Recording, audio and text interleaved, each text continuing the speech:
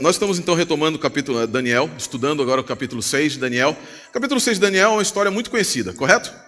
Todo mundo conhece o capítulo 6 de Daniel, mas conhece talvez pela visão errada. Nós conhecemos muito o capítulo 6 de Daniel através de filmes e desenhos. Quando a gente fala de Daniel, a gente vai diretamente para Daniel na cova dos leões. É uma das histórias mais conhecidas da Bíblia, mas do ponto de vista das crianças. É ou não é? Quando nós vamos contar a história de Daniel, nós não lemos a história de Daniel capítulo 6 como leitura devocional, como leitura de estudo, como leitura de conhecimento, buscando lições espirituais. Nós vamos ver o que a gente vai contar para os nossos filhos. Aí a gente coloca algumas coisas lá. Por exemplo, eu me lembro de um filme que ele dizia assim, Daniel é trazido, acho que Amigos e Heróis, se não me engano, heróis da Bíblia. E ele é trazido assim, Daniel, em frente a Dario, e aí ele diz para Dario assim, você pensou mesmo, rei, que eu iria em algum momento desobedecer ao meu Deus? Juro para vocês, eu sempre pensei que isso estava na Bíblia. E aí quando você vai olhar o texto bíblico, Daniel não fala nada com Dario. Daniel não se direciona a Dario. Ele não fala com Dario. Mas nós estamos com tantas coisas inculcadas através da nossa leitura romantizada, infantilizada do texto bíblico, porque muitas vezes nós estamos utilizando, e não apenas esse, mas esse é um problema da nossa vida, da nossa leitura do texto como pais. Nós não estamos mais lendo o texto bíblico para a nossa própria transformação, mas nós escolhemos histórias bíblicas como canto de niná, como historinhas da carochinha para as crianças. E aí nós gostamos de ler, e não tem nada de errado nas Bíblias infantis. Isso é maravilhoso. Esses dias a gente pegou até um mangá, né? Uns mangás lindos, muito bons, que são ótimos para as crianças também. A Bíblia inteira em mangá. Muito legal, são 5 volumes. Muito interessante, e ele coloca o texto bíblico embaixo. Mas ali é um início, você precisa ir além do que está ali. Quando nós lemos o texto bíblico, qualquer texto que seja, nós precisamos, antes de buscar entender ou apresentar romantizadamente, ou de forma infantilizada, ou como historinha para nossas crianças, ela precisa fazer sentido e transformar a mim mesmo. Porque é através de mim que meu filho, que meus filhos irão conhecer quem é Deus ou não. Porque não adianta nada contar histórias bíblicas lindas, maravilhosas, etc. E fazer aquela romantização. Isaac, desde pequenininho, já viram, né? Isaac pequenininho, vai para o sacrifício com o pai, etc. Isaac tinha mais de 20 anos naquela época. Tinha mais de 20 anos. E aí você transforma o texto para algo que seja fácil para contar e que a criança não precise refletir. Porque você também às vezes não quer refletir. Nós não queremos refletir. Nós queremos apenas contar alguma história que, de alguma forma mágica, orando pelo Espírito Santo, ela vai fazer sentido para a criança e vai transformar a vida dela no futuro. Mas a minha vida não precisa ser transformada. Porque eu já passei da fase da criança. E aí eu não preciso ler o texto bíblico. Daí nós acabamos sendo adultos e cristãos romantizados, ou adultos e cristãos que não conseguem se relacionar com o texto pelo texto, mas nós queremos que o texto seja feito de uma forma como os desenhos que nós estávamos acostumados. E aí quando você se aprofunda no texto, você não gosta. Não, mas eu não quero. Por quê? Eu não quero porque eu não tenho no texto aquela coisa infantil. O texto é muito diferente. Quando você lê o texto bíblico, o texto é muito mais profundo do que aquela camada superficial que você passa para o seu filho à noite antes de dormir. Mas se você não compreender, você não buscar compreender, você não vai passar algo que seja duradouro para os filhos. Porque a história infantil passa. Ela é coberta, a história dos filmes passa. Ela é coberta, ela é vencida por Hollywood. Ela é vencida pelos novos modelos de filmes e etc. Sendo bem sincero com vocês, vocês sabem, não sei se vocês já viram esse dado, quantas pessoas, na época do lançamento daquele filme Noé, passaram a saber quem era Noé? Mas que diziam, a única referência que eles tinham de Noé era Russell Crowe, o mesmo que era o gladiador. Mas eles não tinham a mínima ideia que Noé era um personagem bíblico. E quando falavam, não, é trouxe da Bíblia. Aí eles falavam, não, a Bíblia é chato. O filme é legal, mas a Bíblia é chata. Por que a Bíblia é chata? Porque a nossa maneira de trazer para os nossos filhos e fazer com que eles entendam o texto bíblico é uma maneira que faz com que eles fiquem presos na infância bíblica. Nós precisamos crescer. E se nós não crescermos, nossos filhos não crescerão. E a próxima geração vai ser pior. A próxima geração vai ser pior. Vamos então ao texto. Você sabe que eu gosto muito de... Volta.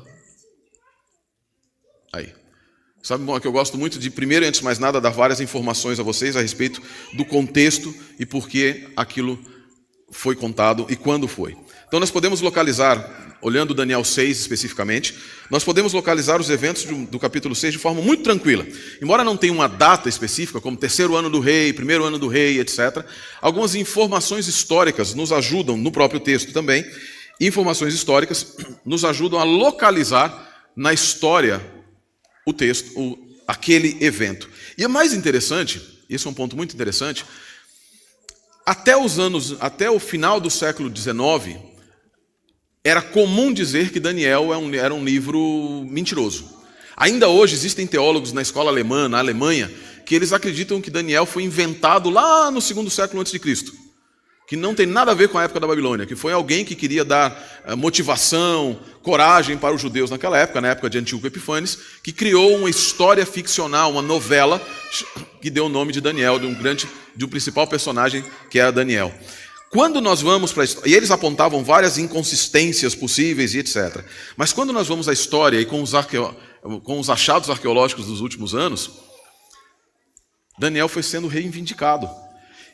Há uma frase que eu gosto muito que diz assim: cada vez que uma pá desce no Oriente, um ateu se converte no Ocidente. Por quê? Porque cada vez que é descoberta alguma coisa, um texto bíblico é demonstrado como sendo verdadeiro. Por exemplo, Daniel. Nós vamos ver, por exemplo, Daniel, até o rei que conquistou Babilônia, até muitos séculos passados, era dito que teria sido Ciro. Ciro era o rei que conquistou Babilônia. Beroso dizia isso, vários historiadores. Até que se descobriu a crônica de Nabonido. E a crônica de Nabonido, ela traz algumas informações maravilhosas. Porque no texto da Bíblia, quem conquista a Babilônia é Dario, e não Ciro. E aí você fala, quem é esse Dario? Onde é que se encontra esse Dario? Olha que coisa interessante, acho que está meio escuro. Aqui está melhor, vocês estão conseguindo ver. Para mim está escuro lá. Eu não estou conseguindo ver ali na frente, mas então vou olhar aqui. Olha que coisa interessante. Na crônica de Nabonido, que é esse tablete aqui, esses dois tabletes aqui, escritos em cuneiforme, que estão no Museu de Berlim, 35.382, você encontra uma menção dizendo que não foi Ciro que entrou na Babilônia, que foi um homem chamado Ugbaro, ou Gubaru, ou Gobrias em grego, que era governador de Gutium, e ele entrou no 16º dia, no primeiro mês, no 7º mês, mês de Tishrei, e o exército de Ciro, ele era o comandante do exército de Ciro, mas Ciro não entra na cidade. Ciro vai entrar na cidade, de acordo com a continuidade, a linha 18 que eu não coloquei aqui, Ciro vai entrar um mês depois. Ciro não vem até essa cidade, até Babilônia. Quem entra, invade a cidade, de fato, é Ugbaro. E olha que coisa interessante o que ele diz aqui, Nabonido fugiu, no 16º dia, Ugbaro, o governador de Gutium, e o exército de Ciro entraram sem batalha, entraram em Babilônia. Logo depois, após Nabonido ter se rendido, ele foi capturado na Babilônia. Até o fim do mês, as tropas cercaram de Gutium, cercaram os portões da Eságila. Mas não houve interrupção, aqui fala de interrupção, mas tem a continuidade que eu não coloquei, não houve interrupção dos serviços. Isso aqui é extremamente importante para compreender Daniel 6, vocês vão ver comigo. De acordo com a crônica de Nabonido, então, quem entra na cidade é Gubaru, e ele era governador de Gutium, que é uma região que ficava parte do lado direito do Tigre também. Era toda aquela região que está ali, vocês vão entender por que eu estou mencionando isso, é extremamente importante. Por outro lado, também é dito que ele, Dario, recebeu e não que tomou o reino. O termo aramaico kabal, que é utilizado aqui, indica que alguém acima dele lhe deu o reino. Alguém acima dele foi aquele que lhe deu o reino. E logo em seguida, na linha 20, diz que Babilônia estava completamente silente, o verso 19 e 18, quando Ciro entrou. E Gubaru, que é o mesmo Ugbaro, seu principal oficial, apontou oficiais em Babilônia. Não é exatamente isso que diz o capítulo 6, verso 2 de Daniel? Que pareceu bem a Dario no início do seu reinado apontar governantes. A história narra com outro nome exatamente o mesmo evento. E aí os críticos ficaram, como eles nunca dão a mão a torcer, né? Eles diziam assim, como o autor de Daniel soube disso, nós nunca saberemos. Porque eles não querem dizer, olha, de fato Daniel viveu naqueles momentos históricos. O importante disso é para nos mostrar que Daniel viveu efetivamente no período em que é narrado, ele viveu a história, presenciou a transição dos reinos, como ele afirmou em seu livro. E é muito interessante também o seguinte, é uma nota muito importante, eu mencionei para vocês aqui falando sobre Gut 1, mas no livro de Jeremias, capítulo 51, verso 27, 51, verso 27, a Bíblia diz que quem tomaria a Babilônia não era um rei, mas um Tipsar, que é a palavra hebraica que significa general. Um general. E um general que viria dos países de Ararat, Minim e Ashkenaz, que estão exatamente na região geográfica conhecida como Gut 1. Olha o que a Bíblia estava prevendo 51 anos antes. 51 anos antes da queda da Babilônia, estava prevendo que um general de Gut 1, governador, ou a palavra pode ser traduzida da mesma aqui, Tispar, pode ser traduzida como governador, seria aquele que entraria na Babilônia. Então nós podemos tranquilamente localizar esse decreto e tudo o que aconteceu aqui no início do reino de Dario. Por quê? Porque é muito provável que ele tenha sido compelido a fazer esse decreto imediatamente após a sua entrada na Babilônia. Uma vez porque ele não era o rei de fato. Como ele não era o rei de fato, e a gente vai entender isso na narrativa, ele deveria provar a lealdade do povo, que provavelmente estava esperando por Ciro, mas ao ver outro governante, poderia dizer, não, você não é o rei. E aí ele aceita baixar esse decreto. Incidentalmente, o mesmo texto que é a Crônica da Babilônia, Crônica de Nabonido, parece indicar isso, exatamente isso, ao dizer que durante 30 dias, os exércitos ficaram ao redor da Babilônia. Por quê? Para impor pela força aquilo que ele não conseguiria apenas por um decreto. Impor pela força que ninguém se aproximasse de seus deuses. Então nós temos todo o contexto preciso historicamente do texto de Daniel 6, nos mostrando que deve ter sido logo no início, provavelmente nos primeiros dias, esperando que Ciro viesse, antes que Ciro viesse, porque Nabonido foi preso logo em seguida também. Mas por que isso é importante? Vamos olhar o texto em si, para ver com o que a gente pode aprender do texto e por que essas informações são importantes. Primeiro, olhando aqui com a estrutura do texto. Vocês sabem o que é um arranjo quiástico? Um quiasma? Quiasma tem a ver com a letra X. Você tem uma ponta que se repete, você tem outra ponta que se repete no meio, a principal mensagem do texto. Tem a ver com a letra X. O que você vê aqui? O A primeira parte, o melhor governador e um decreto de morte. B, prisão e sentença.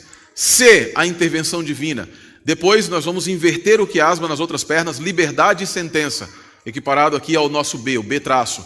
A traço, decreto de salvação e novamente o melhor governador. 2 decretos na ponta, 2 sentenças no meio, mas centralizado a intervenção divina em favor do povo de Daniel. O que isso nos traz? Quais são os destaques que nós podemos encontrar na nossa narrativa e que nos permitem ver ideias que vão nos levar às nossas lições espirituais? Primeira delas, Daniel novamente é honrado. No verso 3, Daniel é dito ser colocado novamente numa posição de honra. É muito claro que quando durante o período de Belsazar, Daniel, muito provavelmente por sua fidelidade ao Deus de Israel, foi colocado de lado por Belsazar. Belsazar na história era bem mimadinho. Filho de Nitócris, filho de Nabonido, ele era bem mimadinho. Ele foi o que liderou a revolução e o motim que matou o rei efetivo, que era Labash-Marduk, filho de Nabucodonosor, e aí ele coloca o pai dele no lugar, mas ele era mimadinho. Ele era um grande guerreiro.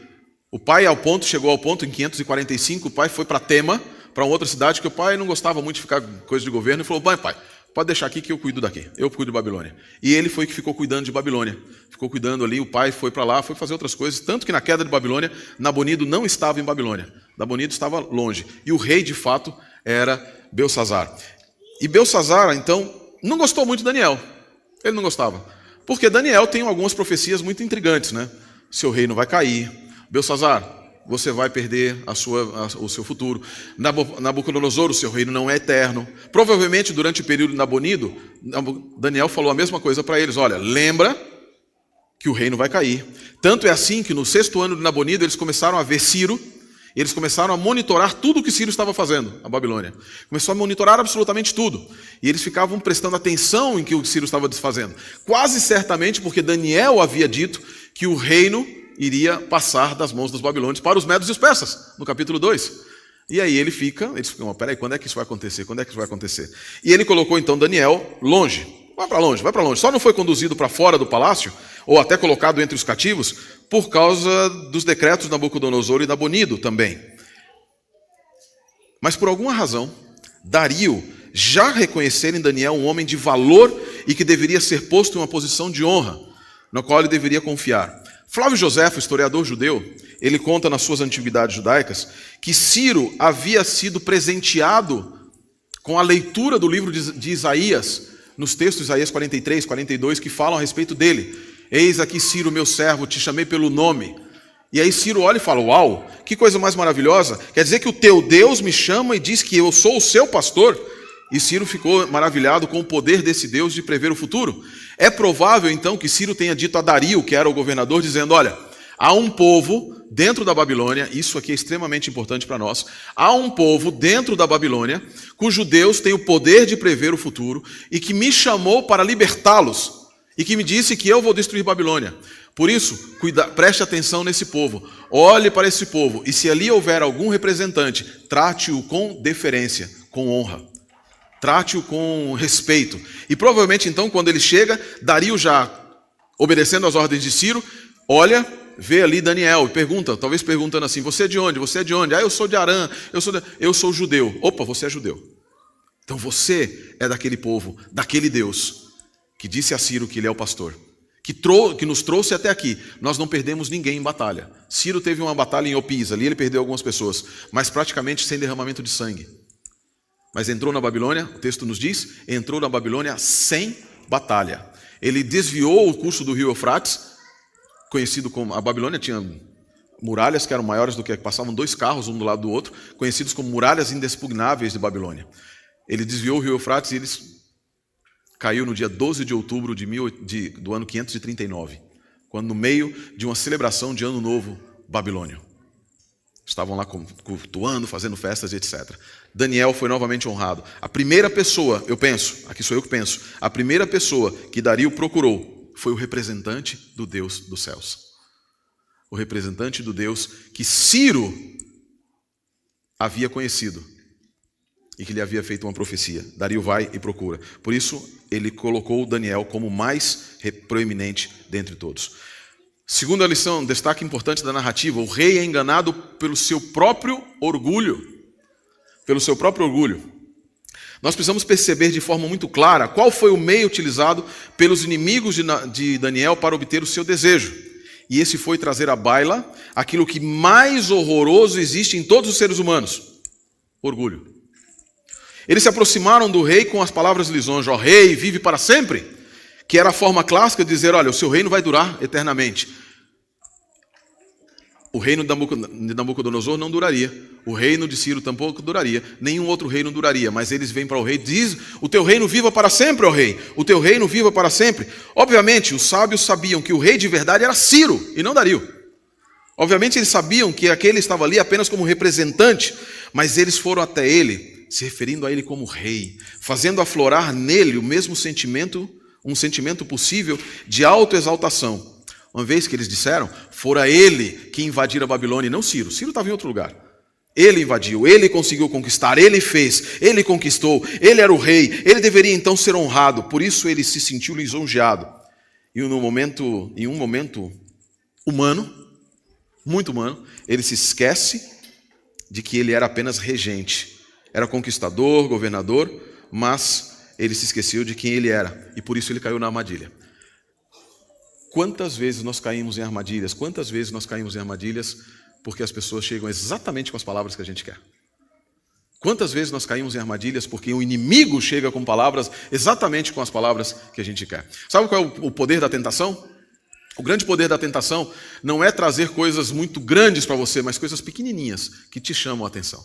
É por isso que em Deuteronômio 18, Deus diz assim: não plante uma árvore do lado do altar do Senhor. O que tem com a árvore? Qual é o problema da árvore? O problema da árvore é simples. Na sua inocência, ela pode te desviar se ela estiver no lugar do Senhor. As coisas muito abertas, idolatria aberta, você automaticamente pé para trás. Mas aquilo que é inocente, e é isso que a gente vê no mundo hoje, qual é o problema com isso? Não é essa a maior frase que a gente escuta de muitos jovens? Mas não tem problema nenhum com isso. Qual é o problema de fazer isso aqui? Não, Deus quer o meu coração. Deus quer isso. Não, eu tenho certeza que Deus não liga para esse tipo de coisa. Porque isso é pequeno. Desde que eu ame ao próximo, olha o altar do lado do Senhor, da árvore do Senhor, do altar do Senhor. A árvore ao lado do altar. É fato, a árvore foi criada por Deus. Mas algo criado por Deus, colocado no lugar de Deus, se transforma em algo contrário a Deus. O amor ao próximo foi criado por Deus ou não? Mas se o amor ao próximo for colocado na mesma igualdade, em pé de igualdade, e não como subordinado ao amor a Deus, e utilizado como desculpa para permitir que o próximo faça qualquer coisa, sem que você lhe diga que está errado, o que você está fazendo? Colocando uma árvore ao lado do altar do Senhor. Por isso, quando pessoas dizem, não, mas nós não podemos dizer para eles, isso é julgamento, Não, isso não é julgamento, isso é missão. A minha missão nesse mundo é dizer para aqueles que estão perecendo que há um caminho de salvação. E quando eu me nego a fazer isso, com desculpa de que eu amo, eu estou matando aquela pessoa eternamente, embora ela esteja supostamente vivendo temporariamente aqui nessa terra. A nossa verdadeira missão não é dizer para as pessoas que elas estão bem onde elas estão, mas dizer que elas estão más, elas estão ruins, estão vivendo pessimamente, que nós estamos todos, e que existe um caminho de salvação que é Cristo Jesus. Se eu não fizer isso, o que eu estou fazendo? Enganando as pessoas com a falsa mensagem de um cristianismo falso, de um Deus falso, que não te levará para lugar nenhum. Jonas ganhou uma geração inteira, porque ele pregou a mensagem de Deus como Deus lhe deu. Nós estamos perdendo uma geração inteira porque estamos moldando a mensagem de Deus e trazendo uma mensagem, muitas vezes, que não é o que Deus quer. Nós hoje temos medo. Minha igreja querida, nós hoje temos medo de dizer que alguém está errado. De dizer que uma determinada roupa não deveria ser utilizada, de dizer que uma determinada música não deveria ser cantada, de dizer que uma determinada, eu vou usar expressões coisas do Brasil, mas assim, de dizer que uma maquiagem não deveria ser usada assim, ou que uma joia, ou etc.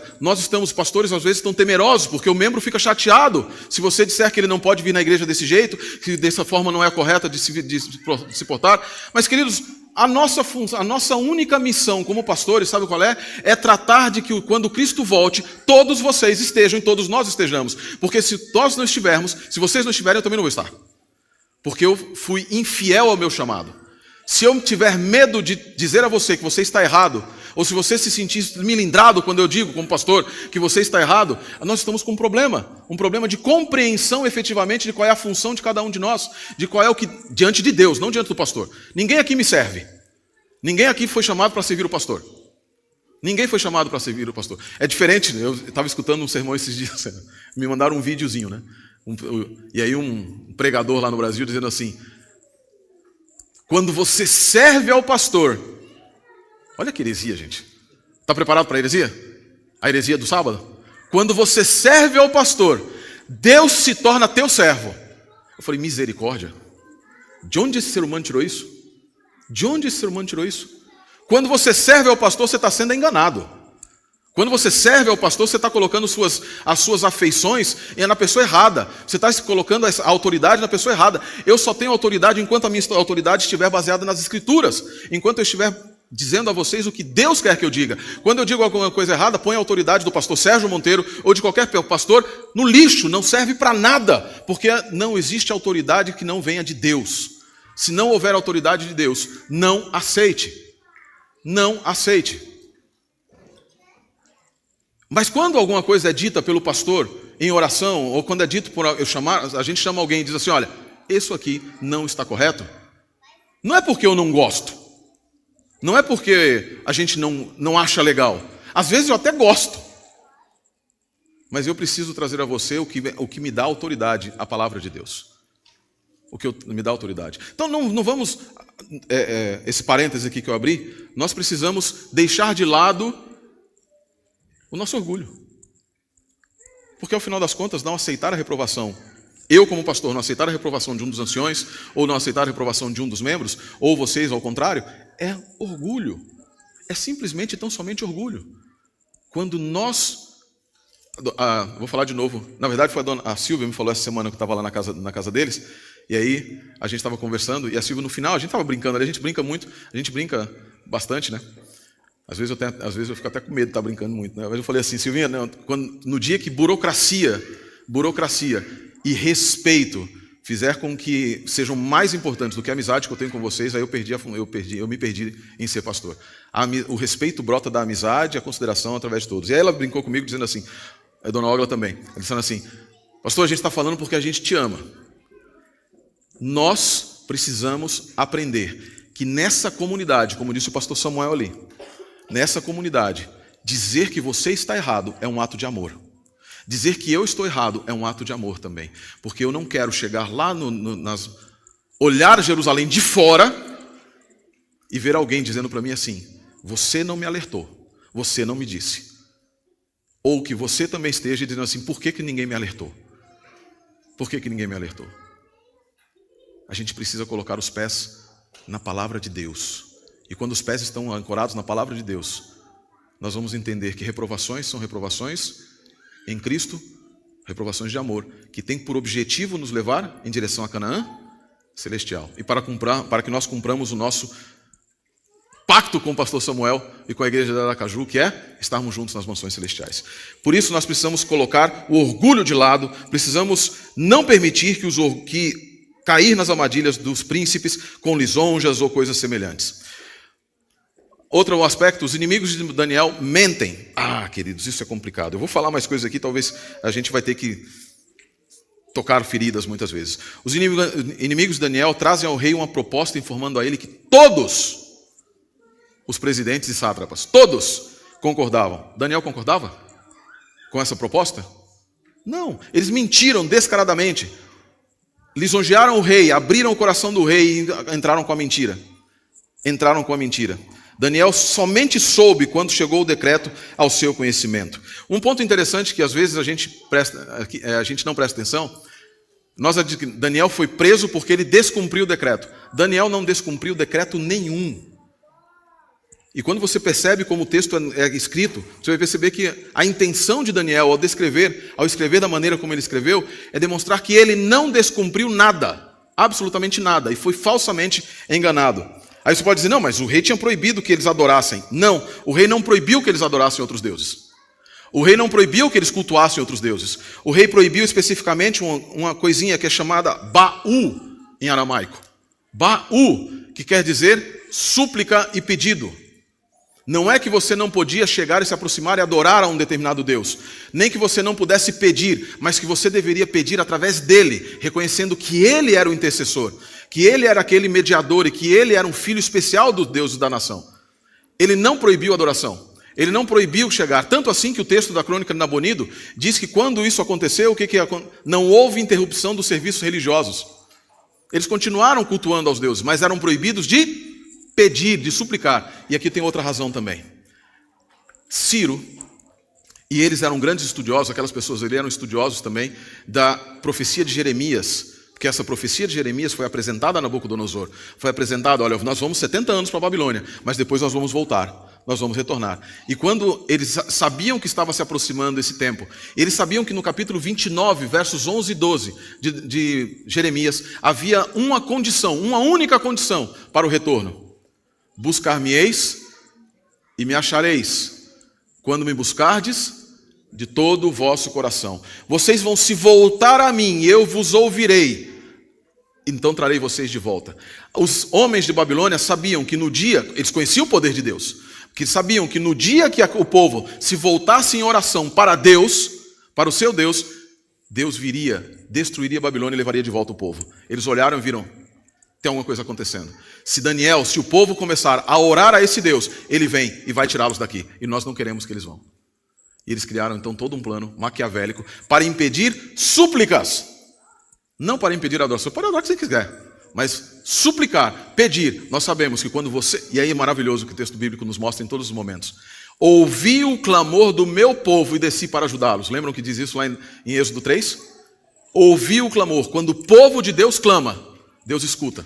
Quando o povo de Deus pede, Deus escuta. Pode ser que ele não responda da maneira como a gente quer, mas ele responde. E eles sabiam disso. E tentaram proibir. A ideia por trás do decreto, como eu já falei, é fazer com que Dario fosse reconhecido como representante e filho dos deuses nacionais. E apenas ele poderia apresentar os pedidos diante deles. Por isso, todos deveriam pedir a ele. Por isso, quando Daniel é mencionado orando no verso 11, não há nenhuma referência a ele estar fazendo súplicas ou petições. Abra a Bíblia de vocês no capítulo 6, verso 11 do livro de Daniel, por favor. Capítulo 6, verso 11. O que diz aí? Alguém pode ler para mim? Capítulo 6, verso 11.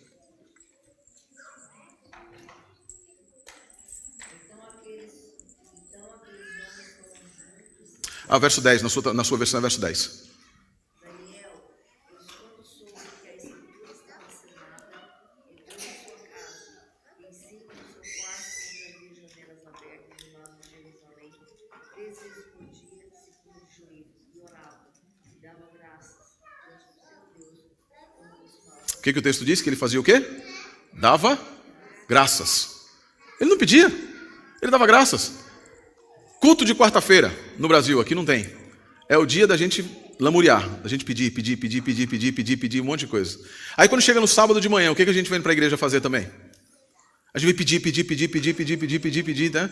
Não, Senhor, etc. O que a gente faz no culto de domingo, às vezes, lá no Brasil? A gente pede. O que a gente quando se reúne, o que a gente faz? A gente pede. Vocês já perceberam que as verdadeiras orações na Bíblia, aquelas que são mais rapidamente atendidas, são as que começam com louvor a Deus? Porque é um reconhecimento de que Deus fazendo ou não fazendo, Ele ainda assim te ama. Ele ainda te ama. Ele não faz muitas vezes porque Ele te ama. Porque nós somos meio ignorantes para pedir. E a gente quando pede alguma coisa, a gente pede de forma errada. Aí o verso 11 na tradução de vocês, ou o verso 12, na minha tradução aqui, no texto hebraico, parece indicar que ele estava fazendo pedido. Mas o texto hebraico, na verdade, no aramaico, melhor dito, está dizendo que eles, aqueles homens, eles se uniram no processo de mentir para o rei, indicando que as orações de Daniel eram de súplicas, para pegar Daniel como se ele estivesse suplicando. Eles não tinham a mínima ideia se eles estavam ou não, eles estavam longe, mas eles ouviram as orações e falaram, quase tira uma foto ali, tira uma foto do Daniel para levar para o rei. Vamos lá levar para o rei. Mas aí quando você vai no verso 22, o próprio Daniel diz o seguinte, quem pode ler o verso 22 para mim, do capítulo 6? Acho que é verso 21 na tradução de vocês. Então Daniel falou ao rei, ó rei, vive para sempre. E o verso seguinte? Meu Deus enviou o seu anjo, e fechou a boca dos leões. E eles não me fizeram mal algum, porque foi achado também diante de ti, ó rei, não tenho cometido deleito algum. Eu fui achado inocente diante dele, também diante de ti, não fiz nada de errado. Daniel estava dizendo o seguinte, você proibiu petição. Eu fui louvar ao meu Deus. Daniel era inteligente.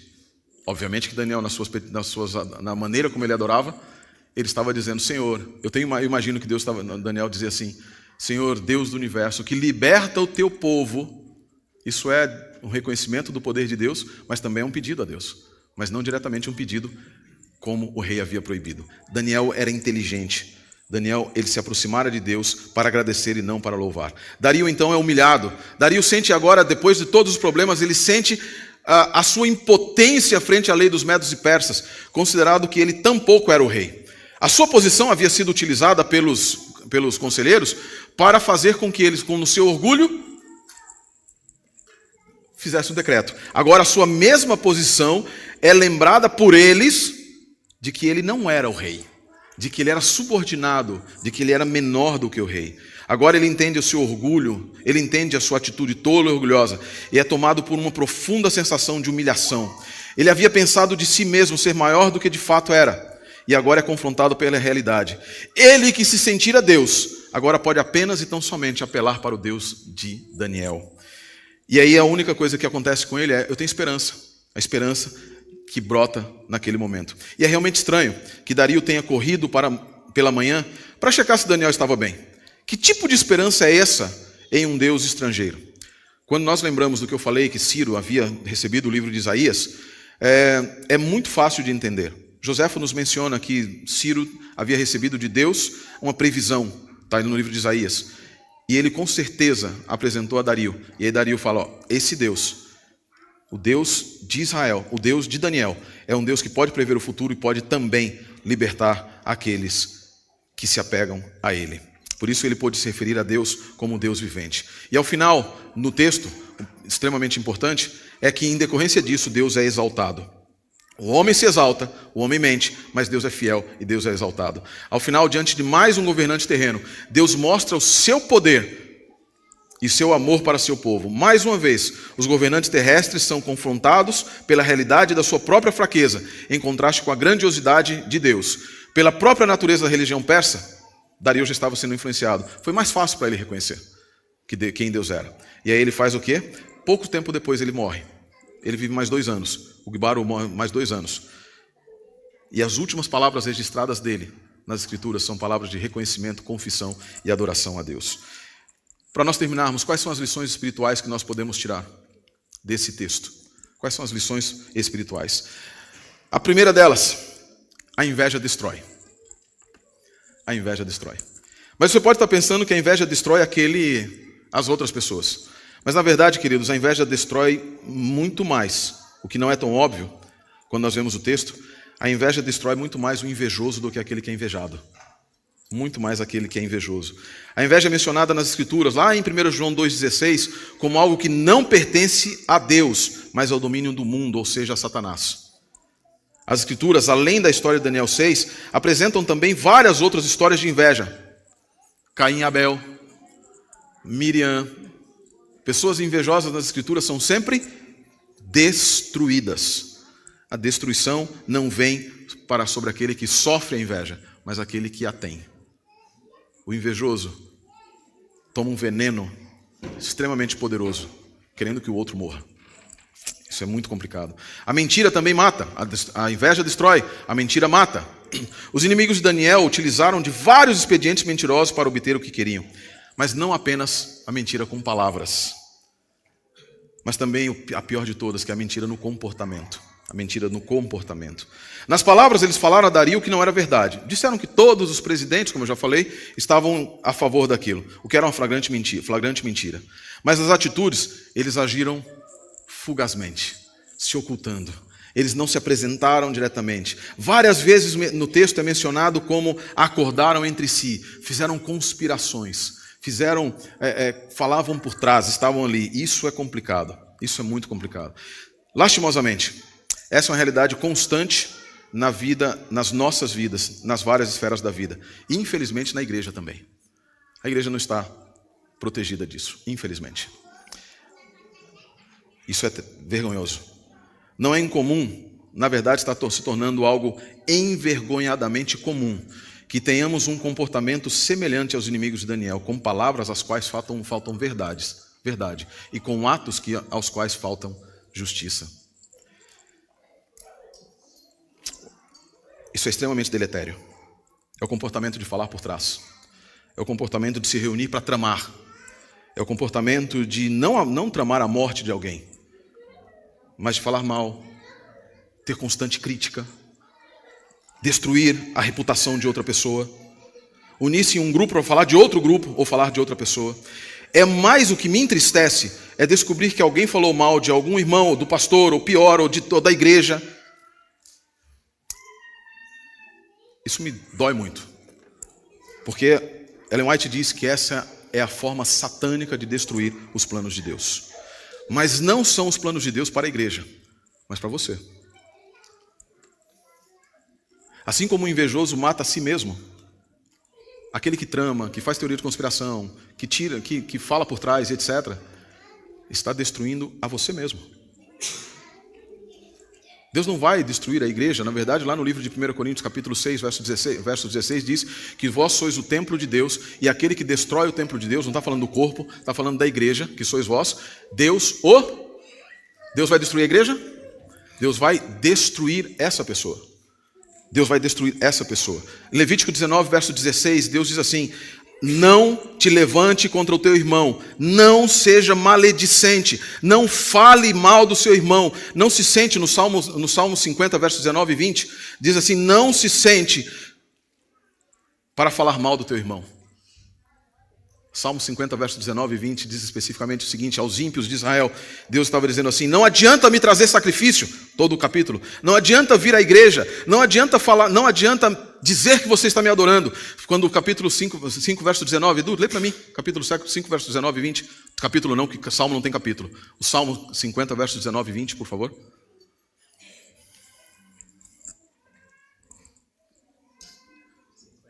Salmo 50, versos 19 e 20.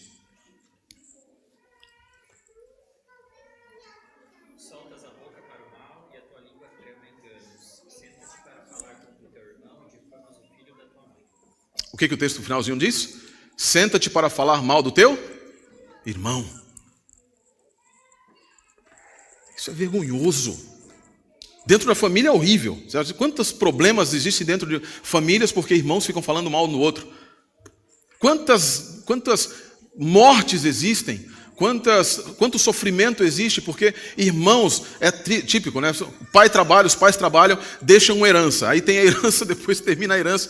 Os filhos se desfacelam a família porque eles prestam mais atenção no dinheiro, nas posses, do que no ser família. Nós somos uma família, recebemos a herança de Cristo Jesus, que é a salvação, mas muitas vezes nos sentamos para falar mal um dos outros. O que o texto diz em Salmo 19? Salmo 50, verso 19. Eu não vou aceitar a tua adoração. Não adianta você ficar querendo orar na sua casa. Não adianta você chegar para Deus de manhã e falar, ai Senhor, muito obrigado, etc. E depois você se levantar e falar mal dos outros. Não pode. Isso está errado. Isso é satânico. E sabe quem vai ser destruído? Não é o outro de quem você está falando. Não vai mudar nada. É você mesmo. É você mesmo.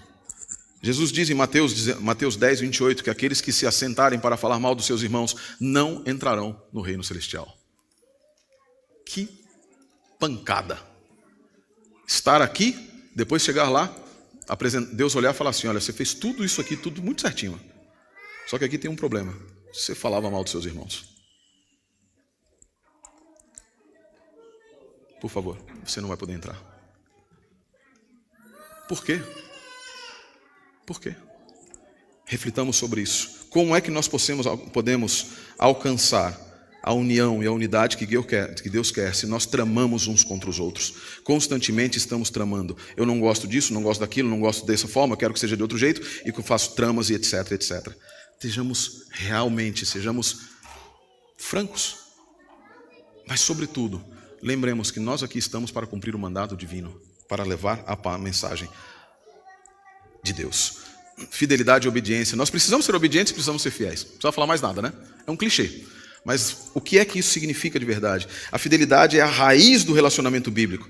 Nós temos certeza da nossa salvação porque Deus é fiel. Ele nunca falha. Na verdade, fé é a palavra hebraica emuná, que significa de fato fidelidade. A minha fé não é o que eu creio, não é o que eu penso, mas é como eu me relaciono com Deus em termos de duas coisas. Primeiro, no que diz respeito ao meu relacionamento com Ele, que deve ser diário, contínuo, em comunhão. E o segundo, em relação à obediência aos seus mandamentos, suas ordens, seus rituais. E esses aspectos não são consequentes. Eu não tenho relacionamento e depois obediência, não tenho obediência e depois relacionamento. Eles são simultâneos. Eu preciso ter ambos, porque ambos brotam da minha contemplação de quem Deus é. Ambos brotam da certeza de que Ele tem o direito e a autoridade de dizer como eu devo me comportar. E não eu querer dizer como Ele deve se comportar, nem como Ele deve fazer, e nem de que maneira Ele deve fazer as coisas. Por isso, não há obediência sem relacionamento, e não existe relacionamento sem obediência. Ponto. Não há possibilidade. E é isso que Daniel nos mostra. Ele orava, e isso é relacionamento, espiritualidade, mas ele orava 3 vezes, em horários específicos, de acordo com rituais prescritos em 1 Reis, prescritos no livro de Levítico também. Proteção divina, outra lição extremamente espiritual que nós precisamos lembrar. Todos os dias nós passamos por situações de dificuldade. É ou não é? Todos os dias. Todos os dias. Talvez não sejamos lançados à cova dos leões, literais, mas há vários inimigos. No Salmo 57, verso 4, Davi afirma que sua alma estava no meio de leões. Os inimigos nos assaltam todos os dias. Mas o verso 5 diz que a glória pertence ao Eterno. Por que a glória? Porque é Ele quem pode nos salvar, é Ele quem pode nos livrar, é Ele quem pode nos tirar da cova dos leões da vida, nos abrir o mar vermelho. Deus também nos traz uma lição de justiça e juízo. O texto nos mostra efetivamente que Deus, um testemunho poderoso de como Deus lida com as injustiças que são praticadas contra seu povo. E Ele lida de que maneira? Com todo o seu poder, e não guarda silêncio contra os que se levantam contra Israel, contra você. Lá em Isaías 43, verso 3, ele diz que ele destruiria todas as nações em favor do seu povo. Ele destruiria todas as nações por você. Ele está disposto a entregar todas as nações por você. Ele entregou seu filho por você. O povo de Deus é muito querido a Ele. Extremamente querido. É caro ao seu coração. E Ele vai usar todo o seu poder para defendê-lo. Isso deveria nos chamar novamente a atenção quando estamos lidando com o povo de Deus, mesmo sendo parte do povo de Deus. Lembremos que é Deus quem defenderá aquele que se sente injustiçado na igreja, aquele que se sente injustiçado por alguma coisa no mundo ou mesmo dentro do povo de Deus. É Ele, não nós. Não nós. Os dois últimos itens, soberania divina. Isso é um tema maravilhoso.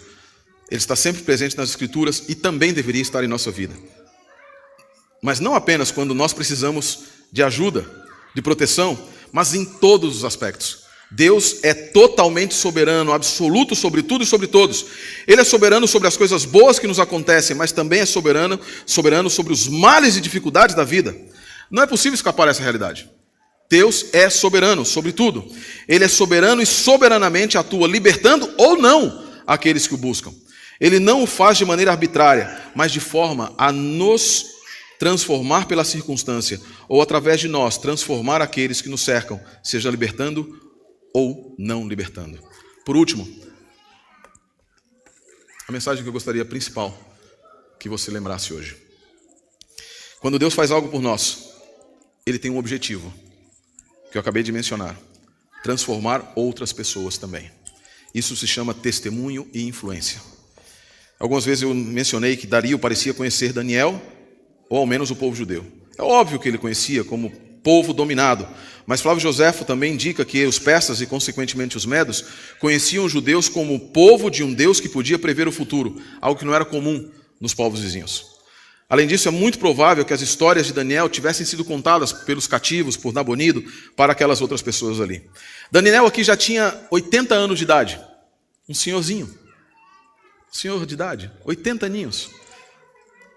E durante todo esse longo período, desde os seus 17 anos até aqui, ele sempre foi visto como alguém que tinha em si o Espírito de Deus. Ele era honesto, confiável. Nenhum lugar do texto há qualquer menção a falhas de Daniel. Não há menção de dúvidas de Daniel quanto à necessidade de seguir sendo fiel a Deus e nem de como ser fiel a Deus. Não há nenhum indicativo que Daniel tivesse participado de qualquer tentativa de golpe, de secessão, conspiração, grupinhos ou coisas parecidas. Ele jamais permitiu ser assimilado pela cultura babilônica, assim como nós não podemos permitir ser assimilados pela cultura do mundo, ou assimilar a cultura do mundo, que é a cultura cada um por si, Deus contra todos. Somos um povo, e como um povo, nós precisamos nos lembrar que algumas coisas que Deus nos disse são o nosso legado, são a nosso testemunho para as gerações futuras. Fidelidade, o mais precioso dom como testemunho. Hombridade, honestidade, religiosidade, espiritualidade, que são a mesma coisa. Relacionamento pessoal e contínuo com Deus. Eu já fiz essa pergunta no passado. Eu termino com ela mais uma vez. Como somos nós conhecidos dentro da igreja? Como somos nós conhecidos fora da igreja? Quando o meu nome é mencionado, quando alguém sabe a respeito de mim, o que essa pessoa testemunha? O que essa pessoa apresenta? Eu já tive a vergonha de situações no Brasil, de quando falava que era adventista, a pessoa falava: "Ixi, é da igreja de tal pessoa, de fulano?" Aquele negócio assim. Não vou lá nunca. Não vou lá nunca. Cuidado. Aqui em nossa igreja existem pessoas que não vêm aqui porque se sentiram desrespeitadas. Aqui em nossa igreja. Porque por maledicência não querem colocar os pés na nossa igreja, aqui na igreja brasileira. Eu choro por dentro toda vez que eu escuto isso. Porque não é isso que Deus quer de nós. Não é isso que Deus aceita de nós. Uma pessoa que entrar ali na frente, uma pessoa que entrar por aquela porta, é uma pessoa por quem Cristo morreu. Seja ela adventista lá do Brasil, seja ela não adventista, e você deve respeitá-la. Não adianta nada depois você ir para casa, fazer o culto, contar a história para o seu filho, se você destratou uma pessoa aqui. E se você fez com que a pessoa não quisesse mais entrar aqui nessa igreja. O você aqui é genérico, tá? Somos todos nós. Somos todos nós. Eu como pastor. Não está certo. Não está certo. Daniel foi um homem cujo legado durou até a época dos magos. Quando aqueles magos foram lá buscar Jesus, sabe por que eles foram? Porque eles eram homens do Oriente, da Babilônia. E eles lá tinham a escola de Daniel. Porque eles diziam, nós não sabemos nada dessas profecias, mas nós sabemos que Daniel disse que viria um rei, e que esse seria o sinal dele, e esse seria o tempo, e etc. Aponte para Cristo. Reflita sobre isso. Não envergonhe aquele que morreu na cruz. Jesus morreu nu. Passou toda a vergonha que poderia ter passado, crucificado como um bandido, para que você fosse glorificado, para que você fosse dignificado. Ao você vir aqui, ao você aceitar esse chamado, a nossa vida precisa ser diferente. O mundo é aquele que afasta, Jesus aproxima. O mundo é aquele que está preocupado com os detalhezinhos e como eu posso encontrar alguma coisa, como os inimigos de Daniel, para acusar as outras pessoas. Jesus, ele nunca busca nada em você para te acusar. Jesus, ele só busca algo em você para te salvar. Deus diz em Isaías capítulo 1, traga os vossos pecados diante de mim. Diga quais são os seus pecados. Eu não me lembro deles. Porque na cruz foram todos perdoados. Na cruz foram todos perdoados. Não há nada, absolutamente nada, que nós tenhamos que fazer mais. O pastor Hiller resolveu me ligar agora. É a partir de uma fé que não contempla os leões da cova, mas o leão de Judá na cruz, que nossa verdadeira fé nasce, cresce, mas nunca morre. Não há nada que possa matar a fé que está firme em Cristo Jesus. Uma fé na igreja, uma fé no pastor, uma fé na associação, uma fé nos outros, morre na primeira decepção. Mas uma fé firme em Cristo Jesus permanece por toda a eternidade. Nós fizemos um pacto entre nós e com o pastor Samuel e com nossos irmãos. Mas mais do que isso, nós precisamos fazer hoje um pacto com Cristo Jesus, de vivermos nessa terra representando os céus. Com justiça, com amor, com cuidado, com esperança, com motivação, com fidelidade. Quero convidar você que deseja fazer esse pacto, que a ficar em pé para nós orarmos juntos agora.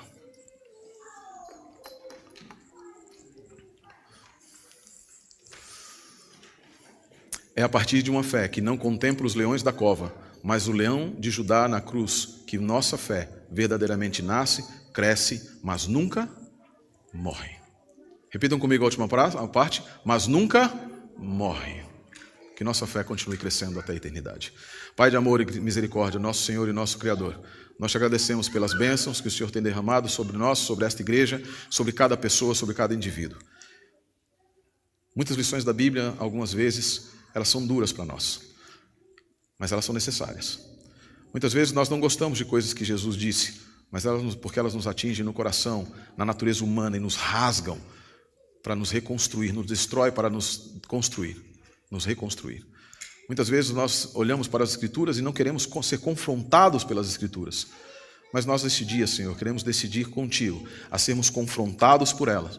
Nas histórias que nós contamos para os nossos filhos, que elas, antes de mais nada, transformem a nossa própria vida, para que nossos filhos contemplem ao Senhor através de nós, e não apenas uma boa história.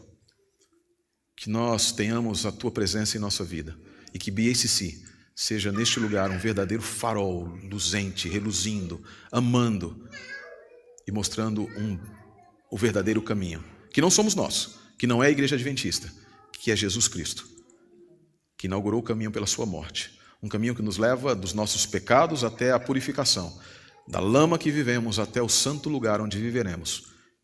E em nome dele nós oramos e nos entregamos nas tuas mãos. Amém, Senhor. Amém.